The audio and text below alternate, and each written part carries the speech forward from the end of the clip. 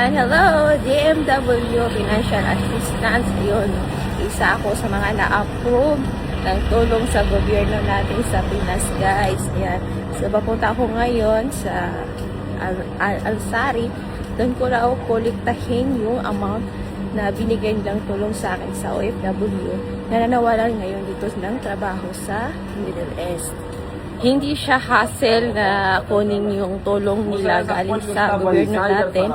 So, through online transaction lang naman. So, nag-fill up lang din naman ako ng form. Tapos, pagkatapos na ma-approve na yung form na pinipill upan ko, antayin ko lang daw yung message ng Al-Ansari kung kailan ko kukunin yung amount na binigay nilang tulong para sa akin.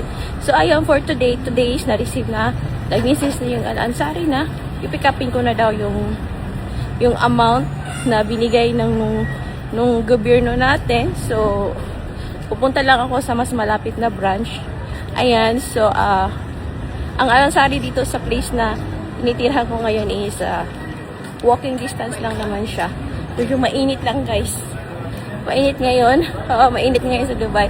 So, ayan, tingnan natin, guys, kung makakuha talaga ako ngayon. So, ayan, malapit na. Dito na ako ngayon. Dito na. Ayan, pasok na tayo dito na, guys. Ayan, may nag-open. Hello. Ayan, guys. Update legit. Ayan, nakatanggap talaga ako, guys. Ayan. It's amount 730 dirham.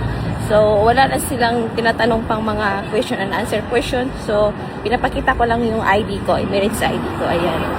So, ayan. Thank you so much. Naka-receive. Totoo nga. O, diba? Bye.